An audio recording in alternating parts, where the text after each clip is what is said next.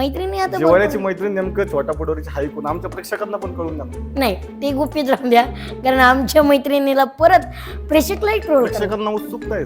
नाही नाही, प्रेक्षकांना तुम्हाला जास्त उत्सुकता आहे माझ्या मैत्रिणी, कारण आमची शेतकरी माणसं आहे सगळे. आणि आपलं कसं आहे, घरचं खायचं आणि लोकांना उचलायचं दुसऱ्याचं हे आपल्याला पटत नाही, हे तुम्हाला कळत असेल. जिम मध्ये त्यामुळे जातच नाही आपण. दिलाच पाहिजे, घरात घुसून मारायची डायरेक्ट. आणि पाकिस्तान्यांना समजुतीचा इशारा का देतोय, तुम्ही शांत राहा.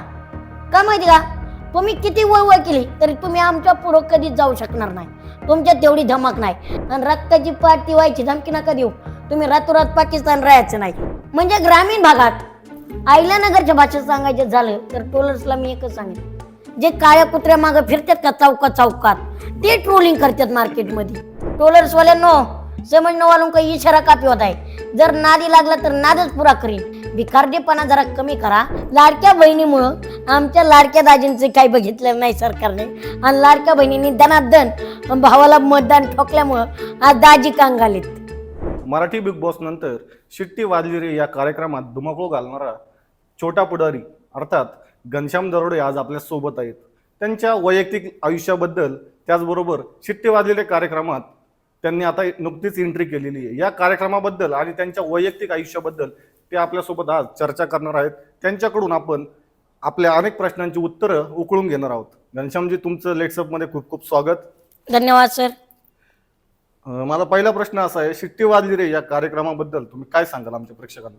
नक्कीच पहिल्यांदाच मोठ्या म्हणजे बिग बॉस झाल्याच्या नंतर मोठ्या चॅनलवरती काम करतोय. शिट्टी वाजली रे शो स्टार प्रवाहाच्या माध्यमातून तुमच्या भेटीला येत आहे. आणि सगळ्याच प्रेक्षकांनी शो झाल्याच्या नंतर घरोघरी शिट्टी वाजणार, कारण एकतर सर त्याच्यात माझ्यासाठी खूप मोठं चॅलेंज आहे. एक कॉमेडी विथ कुकिंग, म्हणजे स्वयंपाकातला अजून सुरग मला माहित नाही. तुम्हाला स्वयंपाक येतो? काहीच येत नाही मला, चहा सोडलं तर काहीच येत नाही. मग तिथं कसा स्वयंपाक करता? तिथं बघून कुणी शिकवतंय की कसं? बरं, कॉपी करायला बी माणूस असा हुशार भेटलाय. इकडं गौतमीताईत आणि इकडं निकुताईत आमच्या. म्हणजे गौतमीताईंना मॅगीच्या पुढं काही येत नाही आणि निकुताईला चहाच्या पुढं काही येत नाही. आणि तुम्हाला? आणि आम्हाला तर बघूलाही मानता येत नाही गॅसवर. म्हणजे ही सगळी सांगड जमलेली, आणि त्यातून कॉमेडी विथ प्रेक्षकांना हसवतं खेळतं ठेवायचं. आणि खूप छान शो आहे, तुम्ही बघितलं असेल किंवा बघताच आता तर शो पाहिल्याच्या नंतरच कळेल काय शो आहे.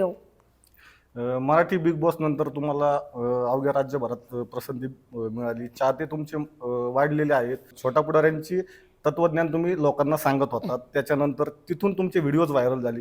हे पहिल्यांदा तुमचा व्हिडिओ कधी व्हायरल झाला होता? माझा पहिल्यांदा व्हिडिओ 2016ला व्हायरल झाला. जेव्हा 2014 पहिला व्हिडिओ काय होता? 2016ला जेव्हा व्हिडिओ व्हायरल झाला तेव्हा आमचे बबन दादा पाचपुते साहेब यांच्या कार्यकर्तेवरती, म्हणजे कारकीर्द नाही म्हणता येणार, त्यांच्या कामांवरती माझ्याकडून शब्द गेले, ते बोललो होतो. आणि तेव्हाही त्याच्यानंतर त्यांना अपयश आलं, निवडणुकीत पराजय झाला आणि राहुल दादा निवडून आले. त्याच्यानंतर 2 वर्षांनी मीडियाने हे सगळं बाहेर काढलं. 14 झाल्याच्या नंतर 16ला जे बाहेर आलं, मग कोणी लोक म्हणायला लागले घनश्यामच्या सभा नळल्या, हे झालं. आणि मग बबन दादांनी मोठ्या मनाने माफ केलं. पण तिथून पुढे जे व्यासपीठ मिळालं, मीडियाने सपोर्ट केला, तुम्ही सर्वांनी सपोर्ट केला, म्हणून आज घनश्याम दरोडे अहिल्यानगरचा पुत्र म्हणून कुठेतरी दिसतोय. याचा मला आपल्या अहिल्यानगरकरांचाच अभिमान नव्हे तर गर्व वाटतोय. आपल्या जिल्ह्याने मला बिग बॉस मध्ये असताना खूप सपोर्ट केला. छोटा पुढारी म्हणून उदयास आले, म्हणूनच तुम्हाला आज मराठी बिग बॉस मध्ये आणि शिट्टी वाजली कार्यक्रमात स्थान मिळालंय. हो, छोटा पुढारी म्हणजे मोठ्या चॅनलवरती आजही माझी ओळख छोटा पुढारी म्हणूनच ओळखलं जातं. कलावंत म्हणून तर ओळख आहेच, पण आधी छोटा पुढारी आणि नंतर कलावंत. एक व्यक्तिगत प्रश्न आहे, मराठी बिग बॉस मध्ये तुम्हाला म्हणजे तुम्ही खूप काही पैसा कमावलाय अशी चर्चा आहे, खरं कमावलाय का तुम्ही? हे पहा, सगळ्यांना मी सांगत असतो, वैयक्तिक जरी प्रश्न असला तरी त्या प्रश्नाचं सोल्युशन देणं गरजेचं आहे. आणि उत्तर ची वाट बंद तुम्ही बघताय. पैसा कमवायला आपण काही टाटा अंबानी नाहीत की आपल्या घरी हे कंपनी आणि इथं बघायचे नाही. आपले आई वडील शेतकरी आहेत, सगळ्याला माहिती. आम्हाला जमीन 4-5 एकर जी राहते, लई पैसा कमवला नाही, पण समाधानापुरता चॅनलने दिलाय. तरी आकडा सांगता येईल स्पेसिफिक? हो, आकडा 4-5 मिळाला असेल. 4-5 किती म्हणजे? 4-5 लाख. 4-5 लाख? 4-5 लाख 50 दिवस होतो शोला मी. सोशल मीडियावर अशी चर्चा आहे की तुम्ही तुमच्या मित्रांवर लगेच टीका करता, चिडता. आता काही दिवसांपूर्वी निक्यूताई तुमच्या वाढदिवसाला आली नव्हती. हा. तुम्ही चिडला होतात, सोशल मीडियावर ट्रोल होत होता. बरोबर आहे, मान्य आहे ना. सोशल मीडियावरती चर्चा आहे, कारण आपल्या माणसांवरच आपण चिडतो ना. परक्याकून आपण कधी अपेक्षा नाही करत. आपण घरात भांडणं कोणासंग करतो, आपल्या आई वडिलांसमोर, फॅमिली बरोबर. आपण परक्या बरोबर जाऊन भांडणं करतो. आता निकुताई आपली म्हणून तिला मी इन्व्हाइट केलं, ती आली नव्हती, मग थोडी चिडामिड तर होणार. निक्यूताई आली नाही, तिने काही स्पष्टीकरण दिलं हो, का? स्पष्टीकरण म्हणजे तिने मला सांगितलं सोनीचा शो होता बाबा आणि मी आले नाही, त्याबद्दल तू दिलगिरी व्यक्त करते, पण पुढच्या बड्डेला नक्की येईल. पण तिला म्हणलं आता पुढचा बड्डे मला काय करायचं नाही, कारण दरबारीने येते ती म्हणणे आणि तू आली नाही तर पण तिने सॉरी म्हणली. आणि कसं आहे, कंद्याने जर माफी मागितली तर आपण सुद्धा माफ केलं पाहिजे, हे माझं मत आहे. नक्कीच. तुम्ही जिमला जाता असं सोशल मीडियावर ऐकण्यात आलंय. कोण? मी? तुम्ही, हा. अहो, मी कधी जिम उभी आयुष्यात करत नाही, पण मला जिमवाल्यांना काही बोलायचं नाही. पण माझं एक तत्व आहे, नाही, घरचं gym खाऊन म्हणा, लोकांना उचलायचं नाही. जिम म्हणा, तालीम म्हणा, कुठेतरी तुम्ही व्यायाम करताय असं नाही नाही नाही, मी जिम फिम काय नाही. उलट माझी घरचीच सांगून वैतागल्या, अरे कुठेतरी जिम लाव, बंद कर, इकडे तिकडे फिरणं. पण मी काय जिम वगैरे मागे करत एकदा फोटो व्हायरल झाले होते जिमला जाताना. हा, जिम त्याच्या मागचं सत्य काय, म्हणजे नेमकं खरंच तुम्ही जिमला जात होते का? नाही, व्हिडिओसाठी केलं असेल. हा. हा, व्हिडिओसाठी, पण जिम नाही केले. कारण मी तुम्हाला आता काय सांगतोय, आमचं कसं आहे, शेतकरी फॅमिली असल्यामुळं कसं आहे, आमच्या घरचे सांगतानाच काय सांगतायत, म्हणजे माझं जिमवाल्यांना कोणालाही काही उद्देश नाही. मी जिमचं ओपनिंग सुद्धा मला येतही नाही आणि मी करत नाही. का माहिती आहे, तिथं जाऊन सांगणार तरी काय, कारण आमची शेतकरी माणसं आहेत सगळे. आणि आपलं कसं आहे, घरचं खायचं आणि लोकांना उचलायचं दुसऱ्याचं, हे आपल्याला पटत नाही. हे तुम्हाला कळत असेल. जिममध्ये त्यामुळे जातच नाही आपण. बरोबर. हा, आणि जिमला ओपनिंगला जाऊन काय सांगायचं, इथं लोकांना उचलायला या म्हणून का. त्यामुळे मी जिम वगैरे काय करत नाही, मी दण कोणी. बरं, पुढील काळात काय लग्नाचा विचार आहे का तुमचा? लग्नाचा विचार भरपूर आहेत, पण पुरी कोणी होई म्हणीनात.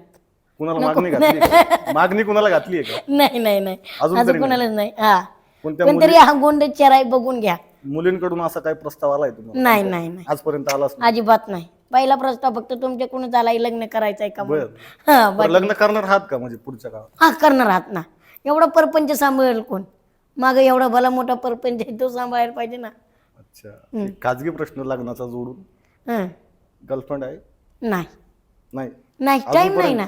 अजूनपर्यंत एकही नाही. एकही नाही अजूनपर्यंत, म्हणजे टाइमच नाही मुलगी भेटायला. आयुष्यात आलीच नाही आजपर्यंत? आली नाही. आणि माझ्या आयुष्यात मी आई वडिलांना सोडलं तर कुणाला जागाही नाही दिली. मैत्रीण आहे? मैत्रीण पण नाही. गर्लफ्रेंड सारखी मैत्रीण? नाही, गर्लफ्रेंड सारखी नाही, पण जिवाळ्याची मैत्रीण आहे. जिव्हाळ्याची कोण? हा, हक्काची जिवा भावाची मैत्रीण आहे. आमच्या प्रेक्षकांना कळून द्या, कोण कोण? आहे? मैत्रिणी आता जिव्हाळ्याची मैत्रीण नेमकं छोटा पुढारीची हाय कोण? आमच्या प्रेक्षकांना पण कळून द्या ना. नाही, ते गुपित राहून द्या, कारण आमच्या मैत्रिणीला परत प्रेक्षकलाही ट्रोल करा. प्रेक्षकांना उत्सुकता आहे. नाही नाही, प्रेक्षकांना तुम्हाला जास्त उत्सुकता आहे माझ्या मैत्रिणी. मला तर आहेच आहे, पण माझ्यासोबत माझ्या प्रेक्षकांना पण आहे. नाही, माझे मैत्रिणी वगैरे अशा भरपूर आहेत, पण जिव्हाळ्याचे एक दोन आहेत. म्हणजे आता मित्र आहेत, पवन असेल, अरबाज असेल, हे सगळे माझे मित्रचे. मैत्रीण?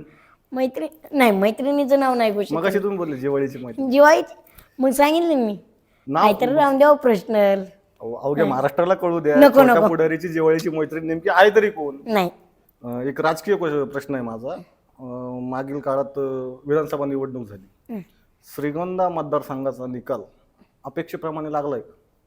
हो, अपेक्षित प्रमाणे लागलाय, कारण शेवटी जनतेचं कौल आहे. हम्म, जनता जनार्दन आहे, बरोबर. विषय नाही. आणि जनता हा नेता बघून 5 दिवसासाठी नाही, 5 वर्षासाठी निवडून पण देते. विरोधक तर म्हणतात ईव्हीएमचा घोळ आहे, असं होऊ शकत नाही. आता मला तुम्ही सांगा, आपण दोघं जर उभं राहिलो बरं. आणि समजा मी पडलो, तर मी म्हणणार आहे का की मी माझ्या ह्यानी पडलोय, माझ्या मताधिक्याने पडलोय? मी म्हणणारच नाही ईव्हीएमचा घोळ आहे. अख्ख्या महाराष्ट्रात ईव्हीएमचा घोळ कुठे नाही. तुम्हाला वाटतो का? मला तरी वाटत नाही ईव्हीएमचा घोळ आहे, पण लाडक्या बहिणीचा घोळ आहे. 100% लाडक्या बहिणीचा घोळ काय आहे. घोळ आहे नेमकं? हा, लाडक्या बहिणीमुळं आमच्या लाडक्या दाजींचे काही बघितलं नाही सरकारने, आणि लाडक्या बहिणींनी दनादन भावाला मतदान ठोकल्यामुळं आज दाजी कांगालीत. आज दाजी कांगालीत. आज महागाई वाढत चाललेली आहे. दाजी कंगाल कशी आहेत नेमकं? महागाई वाढत चाललेली आहे. महागाईचा बुक्का तर दाजीच्या पाठीत बसतोय. बरोबर. हा, काही असेल. पण इकडून सरकार तर आणि देतंय ना त्यातून बी- लाडक्या बहिणींना. हा? सरकार इकडून जर घेत असेल तर इकडून घेत आहे ना. इकून बी देत आहे. मध्ये मध्ये आजी दादा सारखे जुराक बंद आहेत. आता कवर लाडकी बहिणी योजना चालू करायची, आणि ते बी बंद होती. आणि आता त्यांनी 21ची घोषणा केली होती, पण ते आता 21 देणार नाही असं पण हो. सांगण्यात येतं. म्हणजे मला काय सांगायचंय, सरकारने फक्त आश्वासनं नाही दिली पाहिजे, तर ती आश्वासनं पुरी सुद्धा केली पाहिजेत. केलेत ना, लाडक्या बहिणीला पैसे दिलेत. पण परत बंद झाले, परत चालू झाले. म्हणजे चालू बंद चालू बंद. म्हणजे बहिणींनी सारखं मोबाईलच घेऊन बसायचं का, आलेत का गेलेत का गेलेत का आलेत का, काम कधी बघायचे. बरोबर. हा बरं, काही दिवसांपूर्वी राज्यात एक चित्रपटगृहात एक चित्रपट प्रदर्शित झाला होता. हो छत्रपती संभाजीराजांवर छावा चित्रपट. बरोबर. हा चित्रपट तुम्ही पाहिलाय का? हो मी स्वतः पाहिलंय. विकी कौशल्य दादांनी त्यांच्या अभिनयाला तर मी खरंपासून मनापासून सलाम करतो. त्यांनी छावा म्हणजे छत्रपती संभाजी राजे नसा नसा तरुणांच्या मनामनात नसा नसात बिंबवलीत. खरं छावा 2 येणं गरजेचं आहे. छावा चित्रपटानंतर राजकारण थोडं ढवळून निघालं राज्यात. त्या राजकारणाबद्दल काय वाटतं? राजकारण ढवळून निघालं. बरेच जण म्हणायचे औरंगजेबाची कबर काढली पाहिजे, बरेच जण म्हणाले नागपूर सारख्या ठिकाणी हल्ला बी झाला. मला एक म्हणायचं आहे, राजकारण हे राजकारणातून बघू नका तुम्ही. कसं आहे, व्यक्तिरेखा बघा. छत्रपती संभाजी महाराजांची व्यक्तिरेखा राखाळली. त्याच्यानंतर तरुणांच्या मनात जी छत्रपती संभाजी महाराजांबद्दल आदरभाव होता आणि आणखी नाही वाढ आहे, कारण शेवटी बाप आहेत. पण मला काय म्हणायचे, त्या गोष्टीचं तुम्ही राजकारण करू नका. आज काय होते, माफी मागून बोलतो, बाकीच्यांनाही झोंबेल पण मी थोडं बोलतो. औरंगजेबाची जर कबर काढली, विषय बघा, औरंगजेबाची जर कबर काढली तर छत्रपती शिवाजी महाराजांचा इतिहास कुठेतरी पुसणार नाही का? काय वाटतं तुम्हाला? बरोबर. काही विरोधकांकडून असं पण सांगण्यात आलं की जर तुम्ही इतिहासातून औरंगजेब काढला तर शिवरायांचा इतिहास सांगणार कसा? उद्याच्या आपण तरुण पिढीला काय सांगणार? भले हा निर्णय तुमचा आहे, सर्वांचा आहे, आपण हिंदू आहोत, या निर्णयाला कोणी विरोध करणार नाही. पण बेसिक विचार आपण केला पाहिजे ना. जर छत्रपती शिवाजी महाराजांच्या इतिहासातूनच जर औरंगजेब ओळखला तर पुढची पिढी काय म्हणणार? हे अभ्यास करून काल्पनिक दृश्य दाखवलंय. औरंगजेबाची कबर राहणं गरजेचं आहे, कारण जो मराठ्यांना नडला, जो महाराष्ट्राला नडला, त्याला याच मातीत गाडलं, हे सगळ्यात मोठा पुरावा आहे. आणि विषय म्हणजे आज त्या कबरीवर चालू आहे. पण आज सगळ्यात महत्वाचं, तरुणांना रोजगार नाही, महिलांवर बलात्कार होत आहेत, स्त्रिया सुरक्षित नाहीत. हे मुद्दे कुठेतरी आहेत ना. शेतकरी सुरक्षित नाही. सरकार तर म्हणतंय की मोदी सरकार आल्यापासून रोजगार मिळालाय, कुठे रोजगार, विकास झालाय. कुठे रोजगार? सरकार दाखवा रोजगार. आज आपल्या नगरमध्ये सुद्धा बघा ना किती परिस्थिती आहे तरुणा. मी प्रत्येक कार्यक्रमाला जातोय, तरुण पोरांना खूप म्हणजे जे तरुण पोरं आत्महत्या करतायत, व्यसनाधीन होत आहेत, याची कारणं काय आहेत? रोजगार नाहीत कुठेतरी. जे आई बाप मुलाला कवर सांभाळतील 14 वर्षापर्यंत, 12 वर्षापर्यंत, 20-20 वर्ष घरात जर ते पडून राहायचे म्हणलं तर त्या मुलालाही किंवा येते, लाज वाटते स्वतःची की आई बापाच्या जीव कोर बसून राहणार, नोकऱ्या होत नाहीत. हे अनेक बेसिक मुद्दे आहेत ना. बरं, तुम्हाला जर कबर काढायची तर मग राजकारण्यांनी पुढे येऊन काढली पाहिजे. गोरगरिबांच्या पोरांचं का बलिदान देत आहे? गोरगरिबांना का पुढे देत आहे? तुम्ही का नाही पुढे येत? कोण तुम्हाला विरोध करते? तुम्ही या स्वतः काढा कबर. विरोध कुणाचाच नाहीये. पण तुम्ही या पोरांना पुढं करून त्यांच्या डोके त्यांना मारामारी करायला लावून समाजात भांडणं पाडून काय होणार आहे? छत्रपती शिवाजी महाराजांबरोबर मुस्लिम नव्हते का, हिंदू नव्हते का? सगळे होते. अहो, छत्रपती शिवाजी महाराजांनी राजकारण कधी केलंच नाही, समाजकारण. 18 जाती पगड जाती होते त्यांच्याबरोबर. एक राजकीय नेता असं विधान आलं होतं समोर की शिवरायांसोबत, छत्रपती शिवरायांसोबत मुस्लिम मावळे नव्हते. आता त्या नेत्यांचं सुद्धा नाव आपण घेऊ शकतो, पण घ्यायचंही बी नाही. मला त्यांना एकच सल्ला द्यायचा आहे, लई नाही, तुम्ही फक्त 4थीचं पुस्तक वाचा, तुम्हाला सगळं समजून जाईल. राजकारणाच्या नादात कधी कधी पुस्तकं वाचायची बी राहतात, हे मान्यही करू शकतोय. पण जर इतिहास बघायचा असेल तर लई नाही इतिहास बघू, 4थीचं पुस्तकच वाचा, तिथे तुम्हाला कळून जाईल. असं कोण नव्हतं ना. 18 बलुतेदार, 12 पगड जाती, सगळे महाराजांबरोबर होते ना. स्वराज्य म्हणजे स्वराज्य स्थापन कसं झालंय? मग स्वराज्य एकच दोघांचं काम नव्हतं. मला असं म्हणायचं, हे राजकारणी लोक सध्या या धर्माचं राजकारण करतात, चित्रपटानंतर राजकारणच करतायत. हो, राजकारण करताय. कबर काढायला आमचा विरोध नाही, कबर बिंदास काढावी, हे माझं निवेदन. नीट बघा, कबर काढायची ना तुम्हाला, बिंदास काढा, त्याला आपला विरोध नाही. पण ते राजकारण्यांनी ज्यांनी पुढे यावा, तरुणांना आधीच नोकऱ्या नाही त्यांना पुढे करू नाही, ज्यांना काढायची त्यांनी पहिलं पुढे यावं, त्यांनी काढावी, हे माझं मत आहे. अभिनेता सूरज चव्हाणच्या झापूक झुपूक चित्रपटाला आपल्याला अपेक्षित असं यश मिळालंय का, वाटतंय का तुम्हाला? मेन म्हणजे मी झपक झुपूक सिनेमामध्ये सूरज चव्हाणचं काम पाहिलंय. सूरज भाऊंनी एक नंबर काम केलंय आणि मी वाजू दादा या गाण्यातच होतो. आम्ही सगळे सहकलाकार पाहुणे कलाकार म्हणून होतो. जे जान्हवी असेल, वैभव दादा असेल, पुन्हा इरिना, पुरुषोत्तम दादा, हे आम्ही होतो. ते पाहुणे कलाकार म्हणून होतो. पण एक कुठेतरी खंत वाटते की सूरज चव्हाणला सगळे बिग बॉस झाल्याच्या नंतर लोक उचलून घेत होते, डोक्यावर घेत होते. आणि आज तर तेच लोक जे आपली मराठी माणसं आहेत तेच माणसं त्याला ट्रोल करतायत. का वा आपल्या मराठी माणसाने मोठं व्हायचं नाही का? तुम्ही बाकीच्यांना मोठं करताय. भलेही तुम्ही मला ट्रोल करा, ट्रोल करणाऱ्यांनी मला फरक पडत नाही. आता तुम्ही म्हणता तुम्ही ज्ञान पाजळाला का? मी कुणाला ज्ञान वगैरे काही पाजळत नाही. पण एक खंत सांगतोय, तुम्ही सलमान खान सरांचे सिनेमे पाहतात, शाहरुख खान सरांचे सिनेमे पाहतात, पहा ना, मी म्हणत नाही. पण आपला मराठी माणूस मोठा होतोय तर तुम्हाला अडचण काय? त्याने बी खूप मेहनत केलेली आहे. बरं सिनेमाला ट्रोल करा, बिंदास करा, मी म्हणत नाही. पण त्याआधी सिनेमा तरी पहा ना. सिनेमाला न जाता तुम्ही सिनेमा कसा आहे हे का ठरवताय? आणि एखाद्याच्या शरीरावर, एखाद्याच्या व्यंगचित्रावर बोलायला तुम्हाला अधिकार दिला कोणी? हे सर्वात महत्त्वाचं शोधा. तुम्ही त्याला बोला, त्याच्या विचारावर बोला, त्याच्या सिनेमावरती बोला, पण त्याला ट्रोलिंग करू नका. सिनेमा बघून झालं ना, तुम्हाला नाही ना आवडला, नंतर बोला ना. आपल्या मराठी माणसांना सवय काय झाली, आपला माणूस पुढे जाऊन देईना तो लोक ट्रोल करायचा. या ट्रोलिंगवाल्यांनी आज आम्हाला इतके ट्रोल करतात. दादा मी तुम्हाला सांगेन, अक्षरशः त्यांना मी एकच सांगेन, यांचं जे घर चाललंय का ट्रोलिंगवाल्यांचं, त्यांचं फक्त आमच्या व्हिडिओवरती त्यांचं घर चाललंय. त्यांच्या दानेत नाही, स्वतःचा कंटेंट करून महाराष्ट्रा पुढे आणायचा. त्यांच्या मला तर वाटत नाही हे तयारच कसे झालेत, काय मला बोलावं कळत नाही. अहो दानेत आहे का? तुम्ही टीका करता कुणावर, बोलतात कुणावर, मला काय म्हणायचं. ट्रोलर्सला तुमच्या शैलीत खास उत्तर तुम्ही काय देता? मी त्यांना भिकच घालत नाही ट्रोलर्सला. कारण ट्रोलर्सवाले कोण आहेत माहिती का? हे स्वतःच्या हिमतीवरचे ट्रोलर्स नाहीत.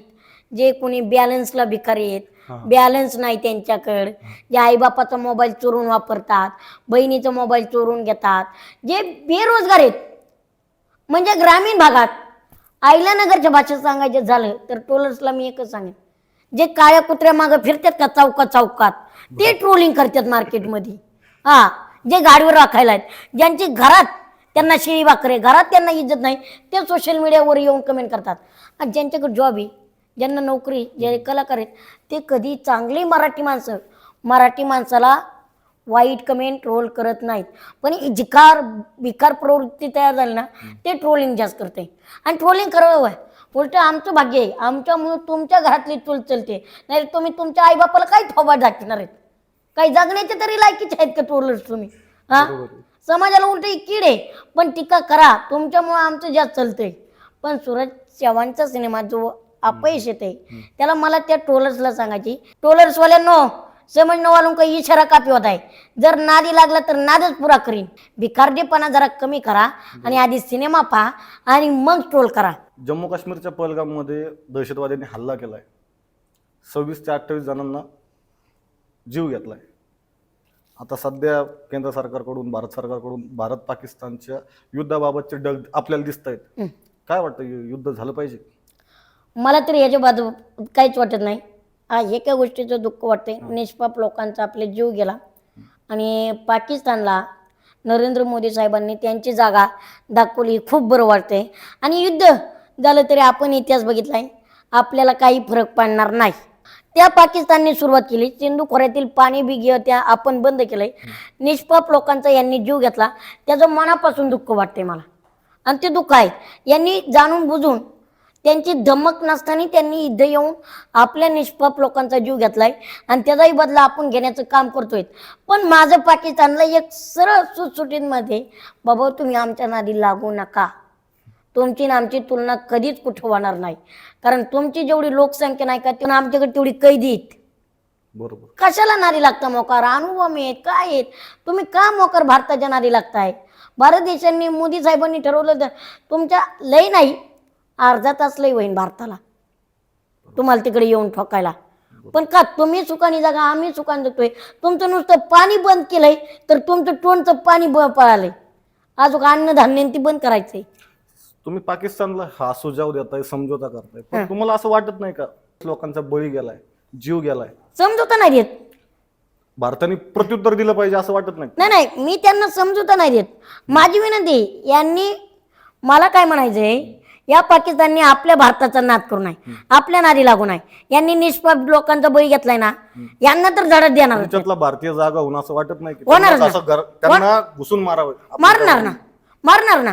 पण यांनी जर अजून दादागिरी केली ना तर घरात नाही, यांची घरं राहणार नाहीत. यांची घरं राहणार नाहीत. आणि ते लवकरच होणार आहे. जसं सर्जिकल स्ट्राईक केलं तसं करणार, केलं पाहिजे असं वाटतं? होणार. मोदी साहेब आहेत भाई, सोपं समजू नका. पंतप्रधान मोदी साहेब आहेत आणि ह्याच्याबरोबर सगळे लोक एकत्र आहेत.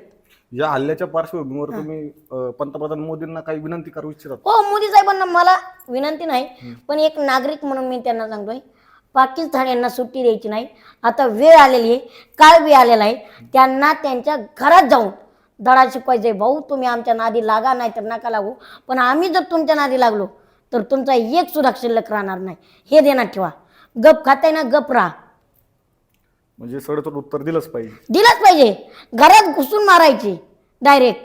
आणि पाकिस्तान्यांना समजुतीचा इशारा का देतोय, तुम्ही शांत राहा. का माहिती का, तुम्ही किती वळवळ केली तरी तुम्ही आमच्या पुढं कधीच जाऊ शकणार नाही. तुमच्यात तेवढी धमक नाही. कोणी बी उठतंय सोशल मीडियावर, सिंधू खोऱ्यातून रक्ताची पाठ वाटेल. तुम्हाला थोडंफार तरी पटाय पाहिजे रक्ताची पाठ काय वाटेल. तुम्ही जर आमचं पाणी रोखलं तर आम्ही तुमचा श्वास रोखू.